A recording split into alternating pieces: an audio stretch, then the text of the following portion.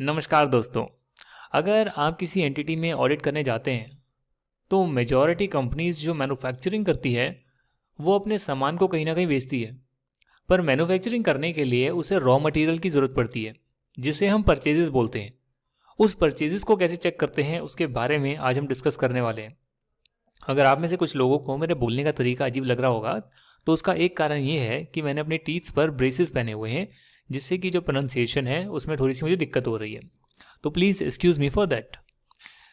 इस वीडियो में हमने एक कंपनी ली है एबीसी एग्रो इंडस्ट्रीज मोटा एंड पकोला प्राइवेट लिमिटेड, और ये रियल कंपनी का 2014 का डेटा है। नाम मैंने बदल दिए हैं ताकि पता ना लग सके कि एक्चुअल कंपनी कौन सी है या उसका एक्चुअल डेटा क्या है।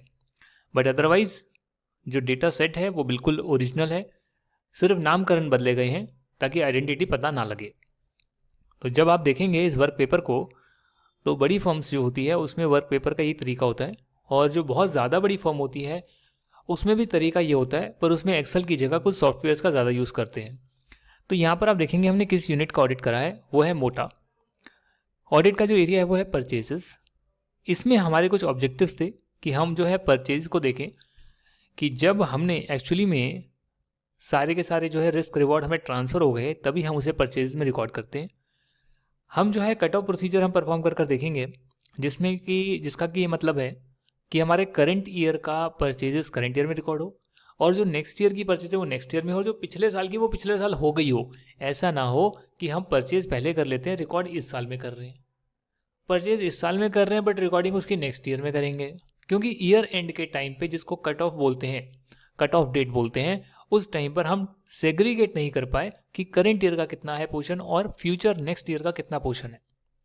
तो उन लास्ट के इन्वॉइसेस को बिल्कुल क्लियरली डिमार्केट करना जरूरी है कि भैया इस पॉइंट के बाद के जो इन्वॉइसेस हैं वो मेरे अगले साल के होंगे, 2022-23 के होंगे, और इससे पहले वाले इन्वॉइसेस 2021-22 ईयर के होंगे। हम ये भी देखेंगे कि प्रॉपर एक्रूअल जो है मटेरियल इन ट्रांजिट का बुक्स में लिया गया है कि नहीं लिया गया।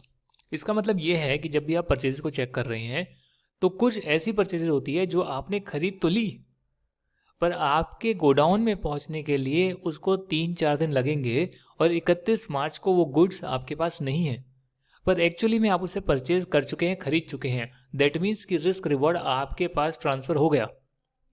आपका ट्रांसपोर्टर उसको लेकर आ रहा है जो कि 31 मार्च को नहीं ला पाया, इसलिए उसे हम बोलते हैं goods in transit. Goods in transit भी आपकी बुक्स में आएंगे, आप उन्हें रिकॉग्नाइज करेंगे क्योंकि वो आपके गुड्स हो चुके हैं, आपकी पोजीशन में है, आपके ड्राइवर उसको लेकर आ रहे हैं, पर आपके गोडाउन में नहीं आए हैं।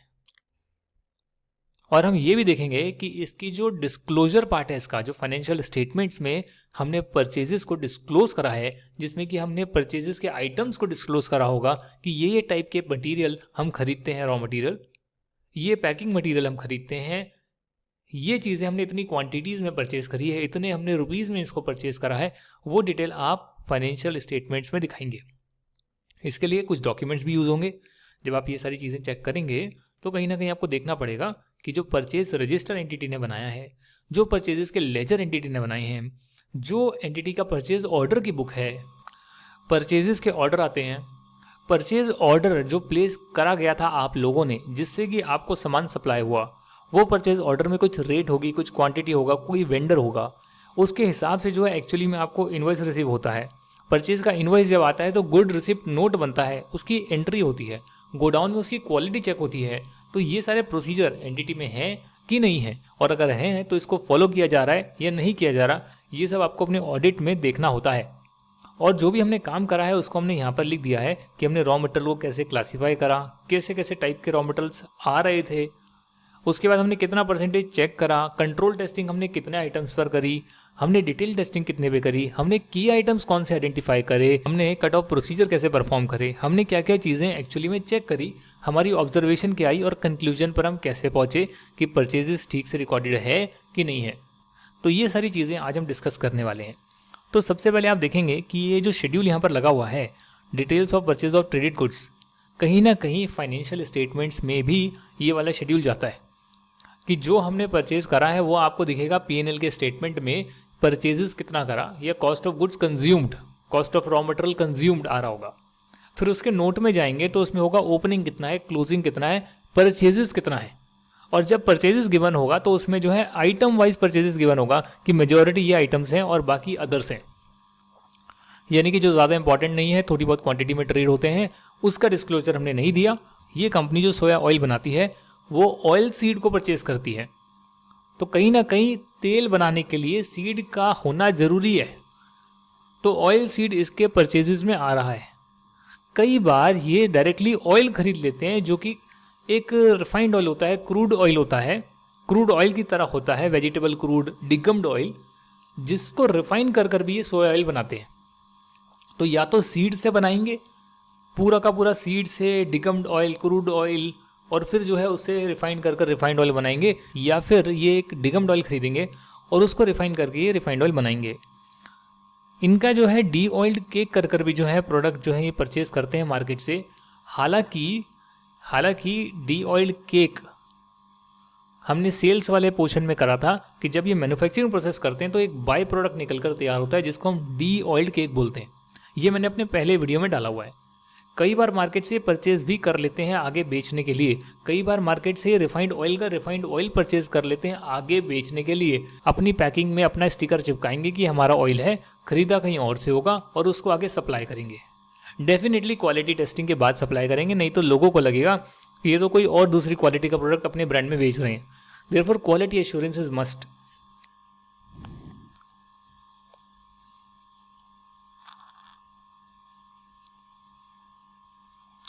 यहाँ पर एक बात और गौर करने वाली है कि हमने ये डिटेल बनाई हुई है परचेज ऑफ ट्रेडेड गुड्स की, जिन गुड्स को खरीद कर हमने डायरेक्टली बेचा है। तो यानी कि वैसे तो देखा जाए ऑयल सीड हम खरीदते हैं और उससे हम जो है ऑयल बनाते हैं, उससे डिगम्ड ऑयल बनता है या डी ऑयल्ड केक बनता है एज अ बाई प्रोडक्ट। हालांकि यहाँ पर जो है सिर्फ ट्रेडेड गुड्स का डिटेल दे रखा है, यानी कि हमने ये सामान खरीदा और खरीद कर बेच दिया। हमने ऑयल सीड खरीद कर हमने डायरेक्टली बेच दिया। अब कई लोगों के मन में सवाल आएगा कि यार जब सीड से हमें मैन्युफैक्चरिंग करके ऑयल बनाना था तो हमने डायरेक्टली इसको क्यों सेल करा। जब हमने सीड्स खरीदे तो उसके भाव खरीदने के बाद गिर गए, जिससे कि हमें पता लगा कि अगर हम पूरा प्रोसेस करने के बाद आगे इसको सेल करेंगे तो जितने में हमने खरीदा है और जितना मैन्युफैक्चरिंग हम सब्सिक्वेंट कॉस्ट लगाएंगे वो हमारी रिकवरी नहीं होगी। तो इसलिए हमने सोचा कि जो हमने खरीदा उसको थोड़े से मार्जिन पर हम बेच देते हैं, निकाल देते हैं और आगे इसकी मैन्युफैक्चरिंग नहीं करते हैं। तो ऐसा भी हो सकता है कि आप खरीद के डायरेक्टली बेचें।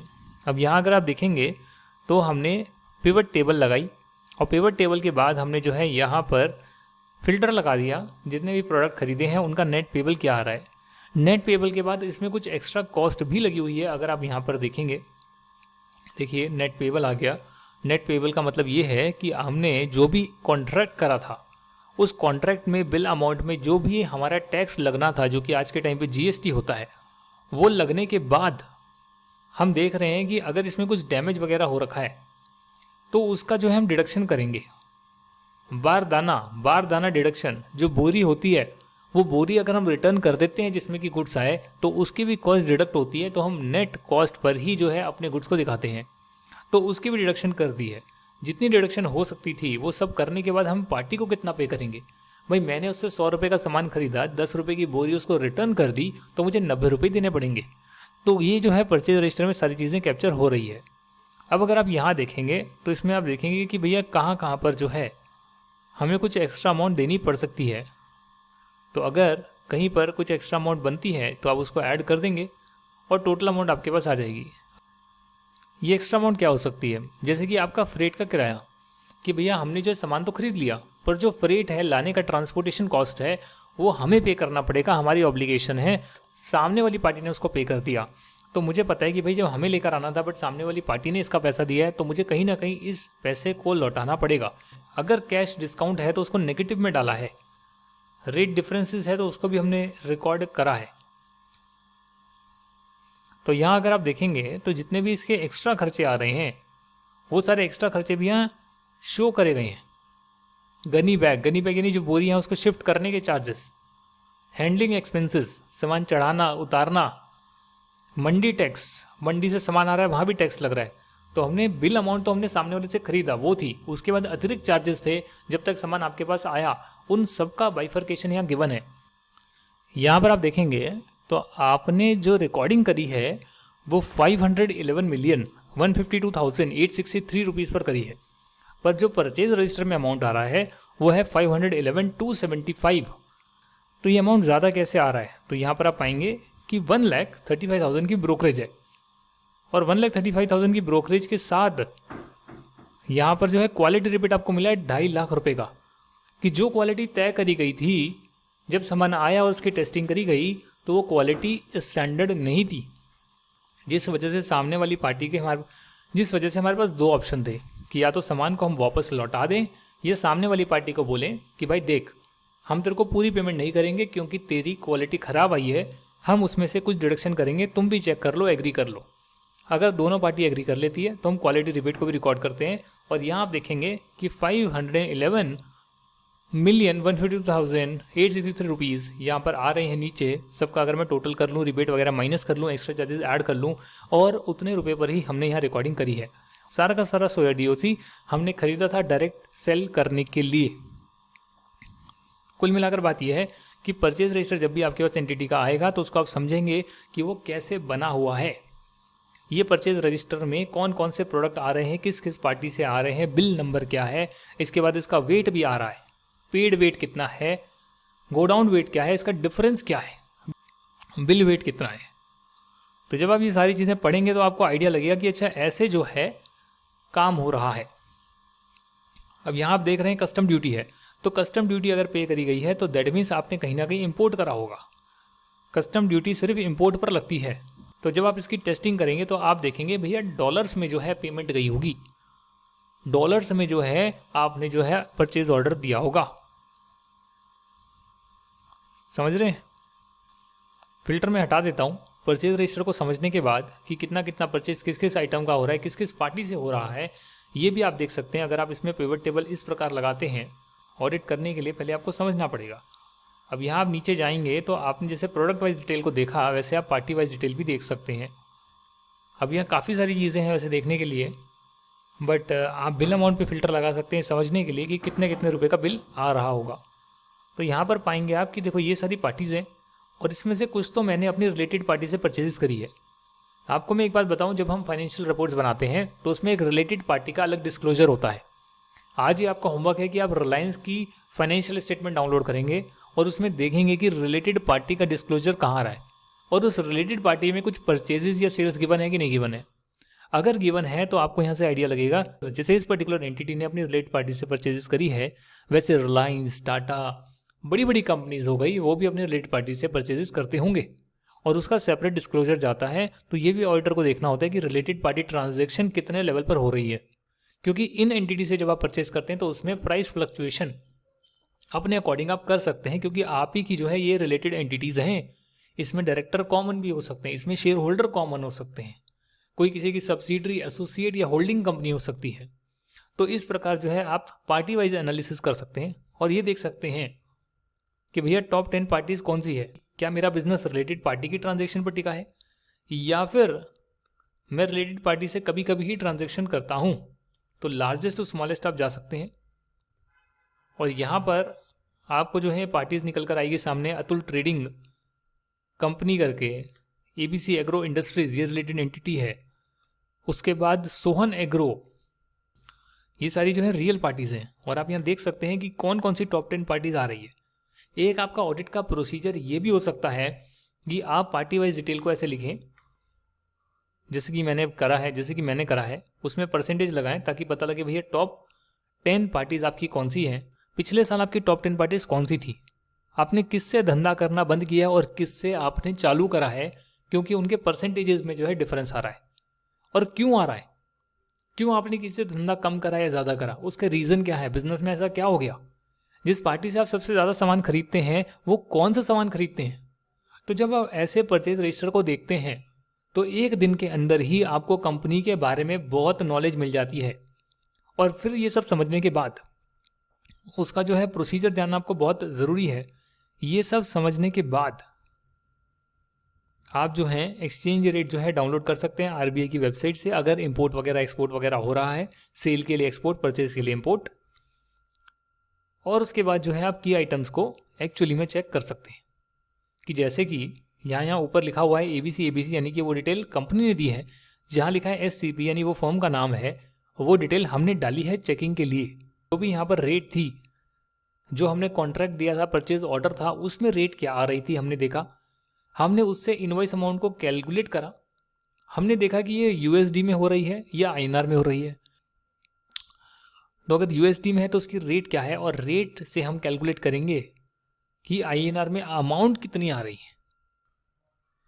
तो इस INR में आप देखेंगे कि मैं इसको मल्टीप्लाई कर रहा हूँ AI9 से, और AI क्या है वो यहाँ पर आप आगे जाकर देख सकते हैं। ABCDEFGHI पेड क्वांटिटी 1000 क्वांटिटी है जो मेरे पास रिसीव हुई। तो आप यहाँ पर देखेंगे कि जो इनवॉइस पे अमाउंट लिखकर मेरे पास आई थी, पर मुझे जो है सारे गुड्स रिसीव नहीं हुए थे। इस वजह से जिस रुपए पर मैं एक्चुअली में रिकॉर्डिंग कर रहा हूँ वो वैल्यू कम आ रही है। ये 64 मिलियन है और ये 61 मिलियन है। रीज़न ये है कि कुछ सामान मेरे पास नहीं आया, उसकी शॉर्टेज हो गई। उस सामान की मेरे पास शॉर्टेज हो गई तो मैं उसके पैसे क्यों दूंगा? डेफिनेटली मैं उसके पैसे नहीं दूंगा। इसके लिए मैं उतने से ही रिकॉर्डिंग कर रहा हूं जो मेरे पास सामान आया, जिस वैल्यू का सामान मेरे पास रिसीव हुआ। और उसके बाद मैं चेक कर रहा हूं कि गेट में एंट्री किस दिन हुई, क्या डिलीवरी की टर्म्स थी, क्या एक्स फैक्ट्री था या FOR सेल थी। एक्स फैक्ट्री का मतलब होता है कि उसकी फैक्ट्री से सामान निकल गया तो मेरे पास रिस्क रिवॉर्ड आएगा, तो मैं मानूंगा कि इसका ओनर मैं बना हूं, रिस्क रिवॉर्ड ट्रांसफर हुआ है। तो इस हिसाब से जो है हम कैलकुलेट कर रहे हैं कि देखिए वाउचर की जो डेट है वो आपकी जुलाई 13 का इन्वॉइस यहाँ पर आ रहा है। अगर मैं यहाँ पर आगे चेक करूँगा डॉलर्स में जो पेमेंट हो रखी है वो 15 जुलाई को हुई है, और 15 जुलाई को जब आप पेमेंट कर रहे हैं सामान की, उस केस में उसकी रेट चेंज हो गई है, जिस वजह से एक्सचेंज फ्लक्चुएशन निकल कर आ रहा है कि जब सामान खरीदा और जब पेमेंट हो रही है। ये देखिएगा आप, जब सामान आपने खरीदा 59.734 रुपीज़ उस टाइम रेट चल रही थी डॉलर की, अब तो बहुत ज़्यादा है। और ये RBI की एक्सचेंज रेट है, मार्केट रेट नहीं है जो रोज़ फ्लक्चुएट होती है, RBI की वेबसाइट से ली गई है। और जिस टाइम पेमेंट हुई उस टाइम रेट फ्लक्चुएट हो गई तो एक्सचेंज फ्लक्चुएशन आ गया। ये भी कैलकुलेट करना जरूरी है क्योंकि इसको आप अलग से जो है अपनी प्रॉफिट लॉस की स्टेटमेंट में दिखाते हैं अकाउंटिंग स्टैंडर्ड 11 के हिसाब से। आपने जो है साथ में कुछ और चेक्स भी लगाए ऑडिट के टाइम, और आपने ये देखा कि जो आपका कॉन्ट्रैक्ट नोट है, जिसको वहां पर BPA बोलते हैं, एडवाइस बोलते हैं, उस पर साइन प्रॉपर है। अगर कंप्यूटर के थ्रू करा जा रहा है तो उसमें ऑथराइजेशन आपने कैसे दिया है उसको चेक कर लिया। इनवॉइस पे जो रेट आ रही है वो जो ऑर्डर में थी, जो सिस्टम में चढ़ी थी, वही इनवॉइस में लग कर आ रही है। इससे जो है एंटिटी के कंट्रोल टेस्ट हो रहे हैं कि सारा काम प्रोसीजर ओरिएंटेड हो रहा है। ऐसा नहीं है कि कभी भी कुछ भी हो जाता है। Everything is step by step and linked with the previous step. Whether the amount as per purchase डम वेरीफाइड विद इनवॉइस। हाँ जी, जो इनवॉइस है उसमें हमने देखा जो हमारे पास डिटेल आई है, और जो इनवॉइस हम हार्ड कॉपी में चेक कर रहे हैं अमाउंट और रेट जो है उसमें तो सेम आ रही है। हमने देखा कि क्वालिटी रिपोर्ट क्या उसमें लगी हुई है उस इनवॉइस के साथ में, क्वालिटी रिपोर्ट के साथ क्वांटिटी भी प्रॉपर्ली रिकॉर्डेड है, क्या शॉर्टेज क्वांटिटी आई है या नहीं आई है, उसमें हमने चेक करा शॉर्टेज है कि नहीं है, क्या कैलकुलेशन जितनी भी मल्टीप्लाई वगैरह कर कर जो रेट्स वगैरह निकल कर आ रही है, कैलकुलेशंस हो रही है, टोटल अमाउंट निकल रहा है, वो बिल्कुल ठीक है कि नहीं है। और सारी चीज़ें चेक करने के बाद क्या हमने डॉक्यूमेंट करा है कि नहीं करा। तो जो एंटिटी का प्रोसीजर है उस प्रोसीजर को हमने समझकर की आइटम्स पर जो मोटे मोटे आइटम्स हैं उस पर लाइन में जो चीज़ें एंटिटी ने दी और जो चीज़ हमने चेक करी उसको प्रॉपरली डिज़ाइन करके चेक कर लिया कि हाँ भाई ये बता रहे हैं कि इनके सिस्टम इस प्रकार चलते हैं, और अगर इस प्रकार चलते हैं तो हम उसको चेक कर लेते हैं और चेक कर कर यहाँ पर नोट डाउन कर लेते हैं कि ऐसी ऐसी चीज़ें हमने चेक करी और ऐसा ही हो रहा है। ये डॉक्यूमेंट, ये सिस्टम से लगा हुआ, ये सिस्टम से निकला हुआ रजिस्टर, ऐसे ऐसे जो है पहले ऑर्डर गया था, ऑर्डर ये बढ़ा, ऐसे इनवॉइस निकल कर आया, इनवॉइस ये रहा, ऐसे BPA एडवाइस सिस्टम से हमने जनरेट करी, वो भी ये रही, सब चीज़ें मैच करती है। क्वालिटी इंस्पेक्शन की रिपोर्ट हुई, वो देखो सर हमने लगाई हुई है, काम पूरा प्रॉपर हो रहा है, रिपोर्ट में सही लिखा है तो आगे गया है, नहीं लिखा उसमें क्वालिटी इन्फीरियर बताई गई है तो क्वालिटी रिबेट के लिए अप्लाई किया गया है, और फिर क्वालिटी रिबेट आया है जिसको हम नेट वैल्यू पे अब डिस्क्लोज करेंगे, जैसे कि हमने यहाँ स्टार्टिंग में दिखाया था कंट्रोल शीट के अंदर। क्वालिटी रिबेट यहाँ पर आ रहा था कहीं पे, ये देखिए नेगेटिव में दिख रहा है, नेगेटिव में दिख रहा है। तो ऐसी चीज़ें जब आपने एंटिटी की समझ ली और समझने के बाद उसको टेस्ट कर लिया, तो इसी को जो है परचेज की टेस्टिंग बोलते हैं।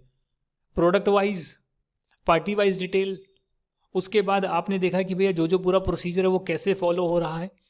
आपने कई इन्वॉइसेस निकाल लिए और उन इन्वॉइसेस पर आपने 30-40% आइटम्स कवर कर लिए कि इतने क्वांटिटी, इतने अमाउंट के आइटम्स मैंने जो है हाथ से चेक करें कि इन्वॉइसेस देखे, ऑर्डर देखा इनका, इंस्पेक्शन रिपोर्ट चेक करी, यानी कि वो प्रोसीजर फॉलो किया गया। अब मान लो कि आप एक इन्वॉइस देखोगे तो वो तब एक इन्वॉइस देख सकते हो जब उनके कंट्रोल्स पर आपको पूरा भरोसा है कि मैंने एक देख लिया, अगर एक ठीक से काम कर रहा है तो 100 भी वैसे ही काम कर रहे होंगे। अदरवाइज आपको डाउट है कि जिसको मैंने देखा वो तो ठीक है इन्वॉइस, पता लगे कि बाकी इन्वॉइस तो कंपनी ने बनाई ही नहीं है, एग्जिस्ट ही नहीं करते, कुछ भी दिखाया हुआ है। पूरी चीज़ें जो हैं आप अपनी टीओडी शीट में डिटेल में टेस्ट कर सकते हैं 30-40% आइटम्स के लिए।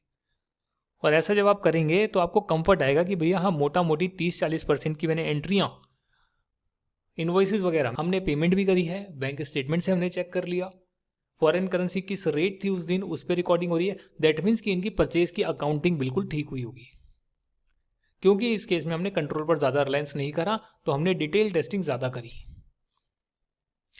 कट ऑफ प्रोसीजर भी आप साइड बाय साइड परचेज के चेक करते हैं ताकि लाइन में जो लास्ट के इन्वॉइसेस हैं वो आप देखें और उसमें ये देखें कि ये एक्स फैक्ट्री है या FOR सेल है, और उसको आप देख रहे हैं 30 मार्च 29 मार्च, ऐसे कर कर आप आखिरी के जो इन्वॉइसेस और नेक्स्ट ईयर के इन्वॉइसेस देख रहे हैं और क्लियरली वहाँ पर डिमार्केट कर रहे हैं कि ये डेट से इन्वॉइस जो आया है ये मेरे नेक्स्ट ईयर में रिकॉर्ड होना चाहिए। इन्वॉइस की डेट है 30 मार्च, रिकॉर्ड करना है मुझे अगले साल, क्यों करना है यहाँ पर देखिएगा।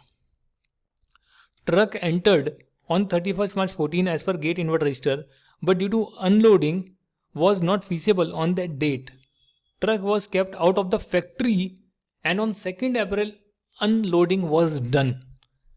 ये केस हमारा वो था जहाँ पर हमारे पास रिस्क रिवॉर्ड तब ट्रांसफर होगा जब हमारी फैक्ट्री के अंदर ट्रक घुसेगा, और क्योंकि ट्रक 31 मार्च 14 तक नहीं एंटर करा गया तो भले इनवॉइस डेट पहले की थी, हम उसे नेक्स्ट ईयर में रिकॉर्ड करेंगे क्योंकि ट्रक ने हमारी फैक्ट्री में नेक्स्ट ईयर में एंट्री ली है। अगर वहीं हमारी टर्म्स एंड कंडीशन ऐसी होती कि ये जो सामान है सामने वाली पार्टी ने जब लगाया या हमारे बंदे ने जब सामने वाली पार्टी से कलेक्ट करा तो ही हमें रिस्क रिवॉर्ड ट्रांसफर हो गए, उस केस में हम इसको पहले ही रिकॉर्ड करते, बट इसे हम गुड्स इन ट्रांजिट में शो करते, closing stock goods in transit. तो ये आपके कॉन्सेप्ट्स क्लियर होने चाहिए। इस हिसाब से अगर आप करते हैं तो परचेज की आप चेकिंग बड़ी आराम से कर सकते हैं। तो आई होप आपको परचेज का आइडिया लगा होगा एक प्रैक्टिकल डेटा पर कि कैसे होगा, और नेक्स्ट वीडियो में हम कुछ और चीज़ों की जानकारी लेंगे। आप अपने दोस्तों तक इस कोर्स को पहुंचा सकते हैं ताकि वो भी प्रैक्टिकल ऑडिटिंग घर बैठे सीख पाएँ और रियल डेटा को एक्सपीरियंस कर पाएँ। Thank you very much for watching this video. I will bring more videos on assets, liabilities, उनकी टेस्टिंग कैसे होती है वो सब चीज़ें भी मैं करूँगा आने वाले टाइम में। तब तक के लिए थैंक यू वेरी मच, जय हिंद एंड बाय बाय।